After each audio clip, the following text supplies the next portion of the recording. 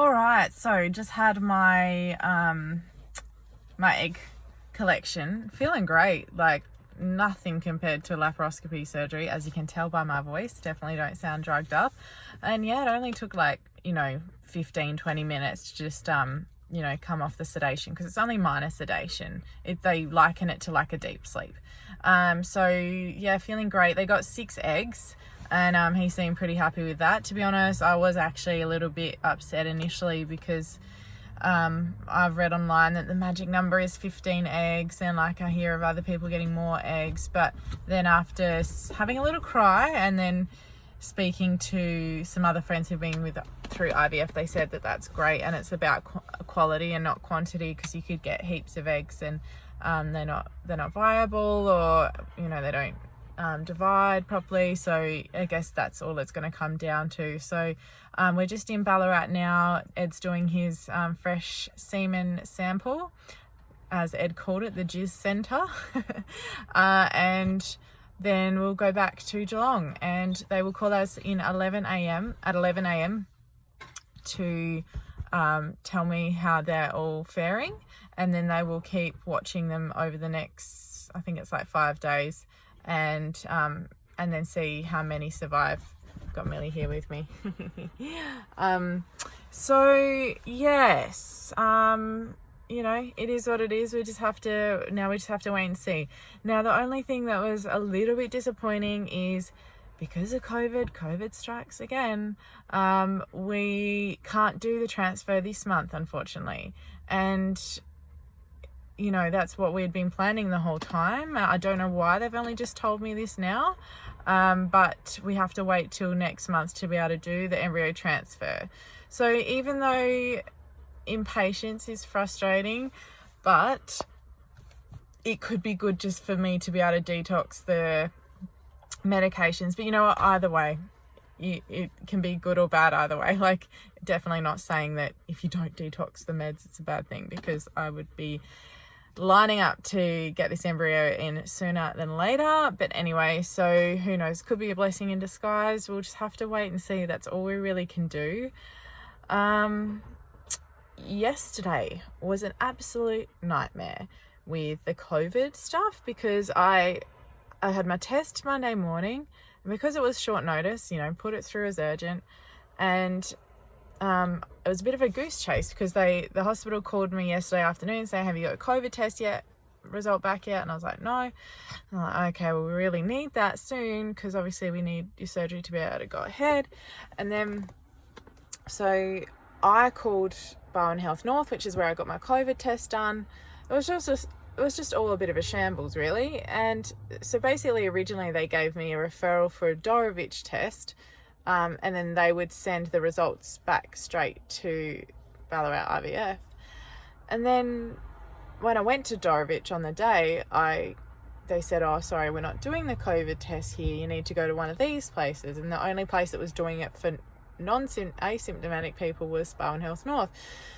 So anyway, organised all that, and then still haven't got my test result back, and like I had to call these different places. No one could give me any answers.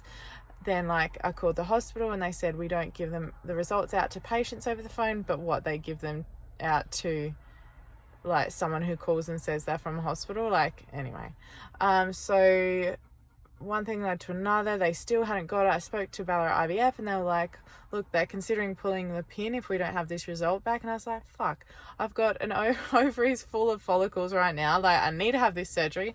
Plus I've paid for paid for all this. And so that was a bit scary. But I was just trying to remain positive and have faith that it was going to go ahead. Like, I always knew it would. But it's just always a bit scary. And then anyway, so I called my doctor's clinic, because I knew that they were sending the result there as well. And sure enough, they had the result, and they emailed it to me straight away, and we got there in the end. So that was very scary. I was really worried for a minute there, but we got there in the end. So we'll just take it one step at a time and keep chugging along, and we'll get that baby eventually. Good girl. So 2 days post-op, not feeling too bad. The pain's fairly manageable. Nothing compared to obviously what I've experienced with endo stuff. So this is really quite manageable. I do find if I'm walking along that, like if I've been laying on the couch and then I get up, like it feels like the ovaries like sit heavier and then they're just kind of like rubbing and you can feel like the inflammation. But if I'm lying down, I can barely feel it, which is really good. I've just commenced operation, get my pelvic region back on track before next month. So basically I'm just going to do a little bit of a detox.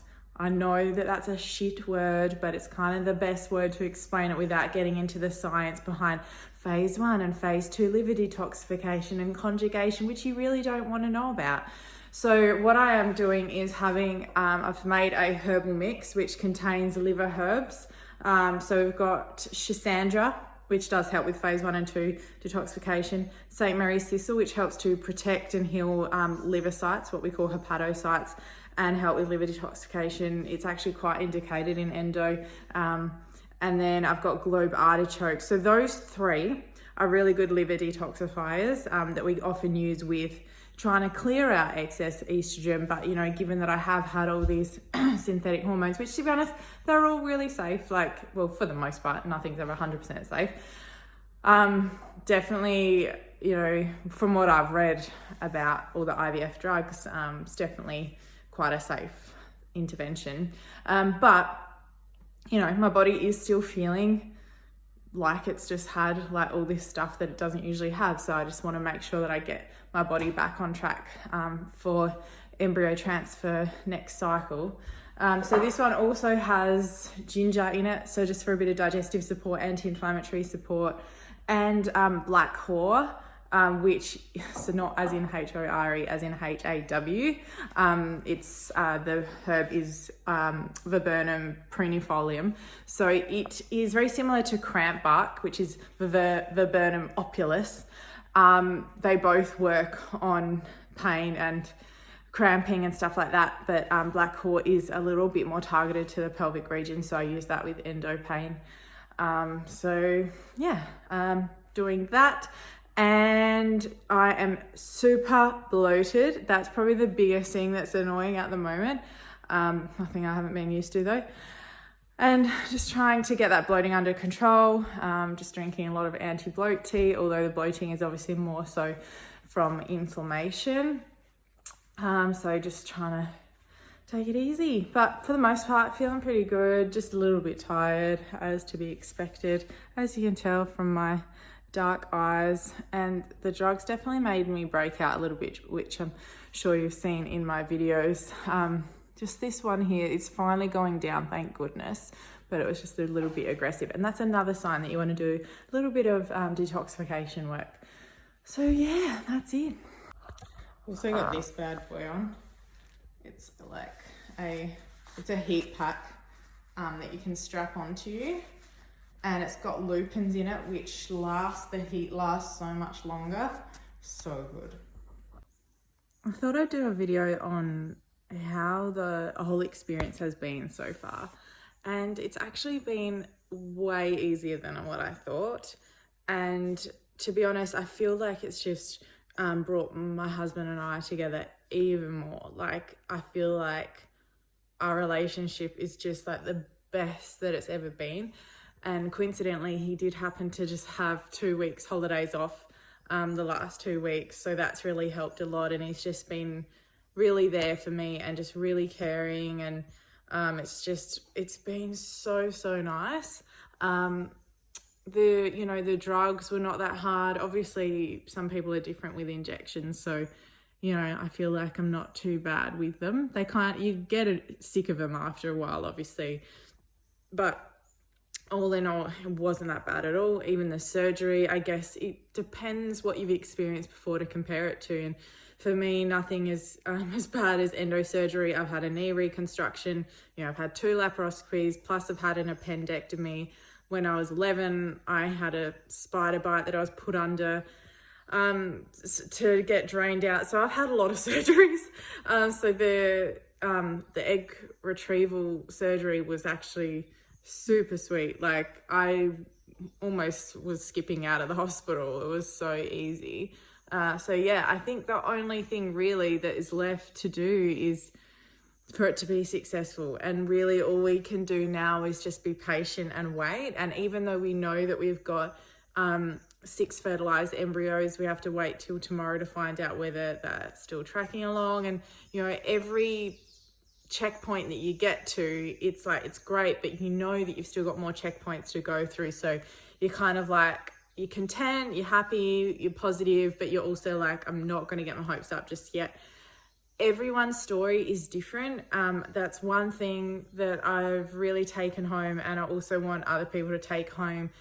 Do not ever compare your story to anyone else's, because everyone's is different, and you could be tracking way better than someone was at this point in time, but then all of a sudden fall way behind, or it could be the complete opposite. So, you know, even with like the whole egg quantity, like at first I was comparing myself to how many eggs someone else got, but there was always someone either better or worse off. So it's just something that you cannot compare. And I also feel like it's something that you don't want to, if you did have a successful story, like you kind of feel like you don't want to brag, or like, because it's insensitive and there's someone out there that could be doing worse. So, but one thing I do know for sure is there are absolutely things that can improve IVF success. And, you know, being a naturopath, that's something that I've certainly been doing a lot of research on.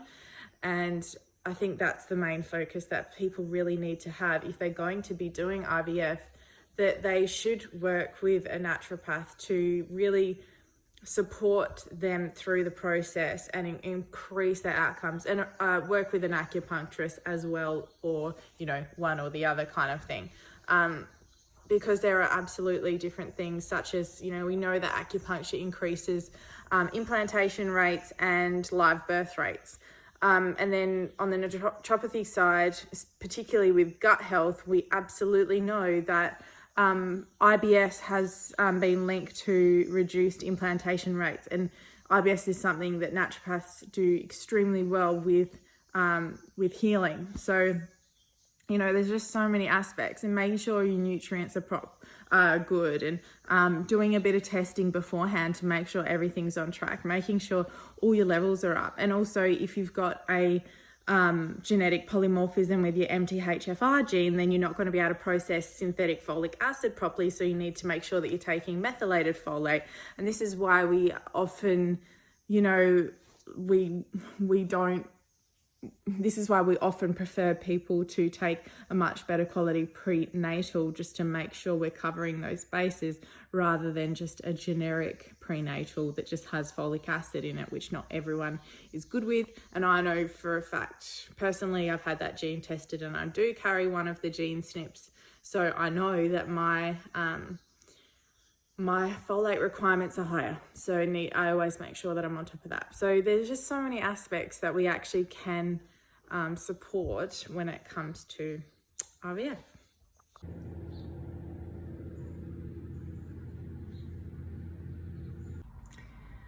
Just waiting for Ed to get us some food. And today's been interesting. I mean, from a symptomatic perspective, I felt a little bit more flat, a little bit more just like still very bloated. Nipples are still really sore. Like just very, very minor waves are just feeling like a little bit off. Still got to do a little bit of weeding though in the garden, which was nice. But just thinking about everything today, and just thinking, you know, how much more full on IVF is than like, you know, I was first experiencing. You know, the injections are easy for me anyway. Even the surgery wasn't that bad, but it's the waiting game and it's the checkpoints that you need to aim towards. And, you know, when they call and say that, you know, you've got 6 fertilized eggs, and then today they were like, you've got 4 embryos tracking well and 2 of them kind of a little bit slow. And, you know, like you hold your breath every time they call, and it's exciting that, you know, there's still 4 going well, but you also like can't get your hopes up because it can all just go to shit so easily. So it's such a sensitive process, and just been thinking about that a lot, and I didn't realize how like hard this phase will be, like how hard it is to wait. You know, it's just a waiting game. But one thing I have learnt today is that apparently frozen transfers are better to do, and a lot of women have actually said to me that it's a good thing that I couldn't do the fresh transfer straight away, because you want to let your body heal from like the surgery and stuff. So I'm kind of glad. But this is another thing that I've been realizing, is that there are so many things that they don't tell you. And I guess, you know, I can understand why, because, you know, some women will read into things too much, or, you know, it's a lot of information to constantly keep telling you. But yeah, I just feel like you're kind of out of the loop in so much of it. And for someone like myself who likes to know how everything works, I just feel like I want to know why things happen, and, you know, what can I do to improve this, and I'm learning so much more than I didn't know already on things that could have improved my egg quality. And, you know, you think like diet and supplementation and herbs and all that is enough, and acupuncture even, but there are still like really specific things. Like I'm reading this book called It Starts with the Egg. I just started it last night, and already I'm like, fuck, how did I not read that initially? So, you know, I was like, I wish I'd read this sooner. There's even more stuff in there that I could have learned. But, you know, you can also just keep digging and digging and finding more things, but at the end of the day, it's like, still, there are so many people out there that fall pregnant so easily, and they're not that healthy, and they don't eat well, and they maybe take drugs, drink more alcohol than we do, and all these things. So, you know, there are also genetics at play. And yeah, it's just, that's the thing that sucks. That's the hardest thing, is that you just cannot compare yourself to other people. That is where you'll come undone. And that's what I've really had to dig deep to do, is just not compare my story to anyone else. But it is still good to share your story and hear other people's stories, because it makes you realize that no one's story is the same. So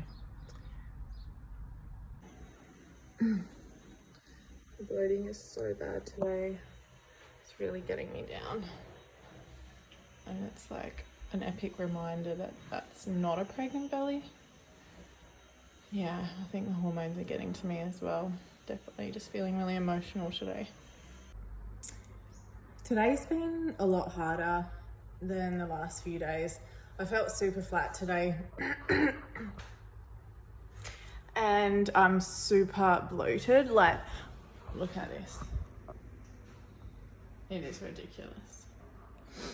This morning I was just feeling a bit more hormonal, and I just was like reflecting on all the like stuff that I don't have, like, you know, just not having a baby, and I just kept having all these like reminders, and it was just a bit shit. And, you know, I got a little bit teary, and then I also was feeling like nothing fit me today.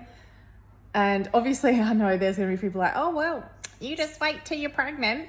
But, you know, I'm not pregnant, and that's happening. Like, so it's just shit when you have all these reminders, and you just, you know, this is the most trying time. This is the hardest part of IVF, is waiting. It's the waiting game, trying to just bide your time until you get another update, which will be tomorrow, to find out how those embryos are going. So look, if we get 2, I'd be stoked. If we get 3, even better.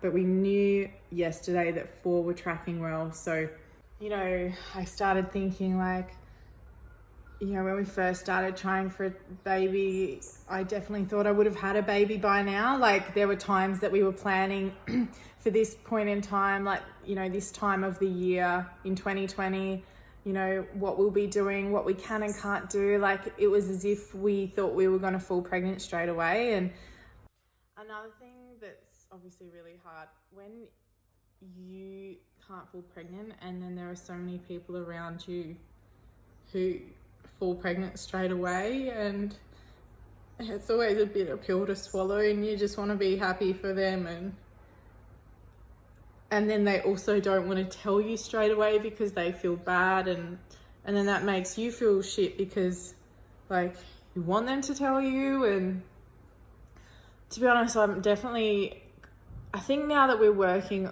on our own journey towards a baby, and I feel like there's more of a chance now and more hope. Like I am becoming a lot more happier for people. I mean, I'm always happy for anyone who falls pregnant, but it's just always hard, like, because you don't have that yet, and you always compare yourself and you wonder why not you. And but now, like, I genuinely am a lot more happier for people, and it just excites me. But then there are days when all of a sudden, like, it just all comes crumbling down.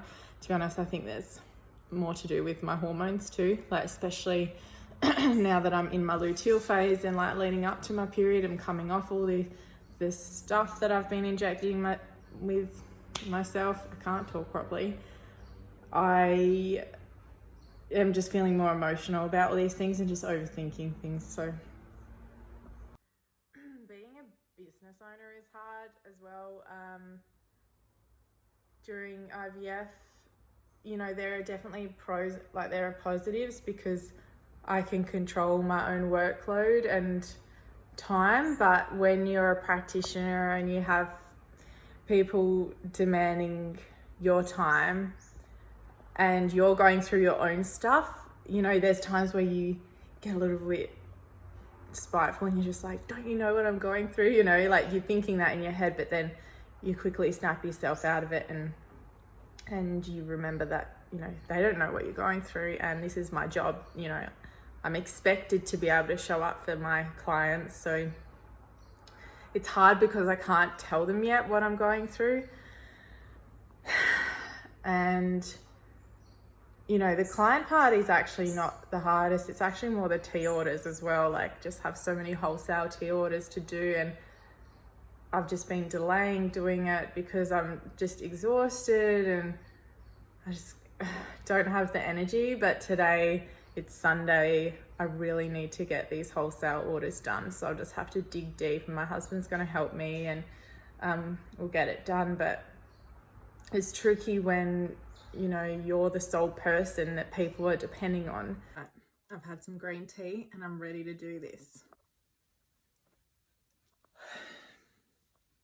I'm so stoked. I woke up before 8 a.m. today, and usually I've been struggling to get up before 8:30. So I think today is a new day, and my bloating's not as bad today, so woo! Hair looks shit, face looks shit. Still wearing my husband's jumper all the time. Today is the best day so far. Definitely feeling a lot better. After I ate, like, I felt a little bit bloated again, but certainly nowhere near as bloated.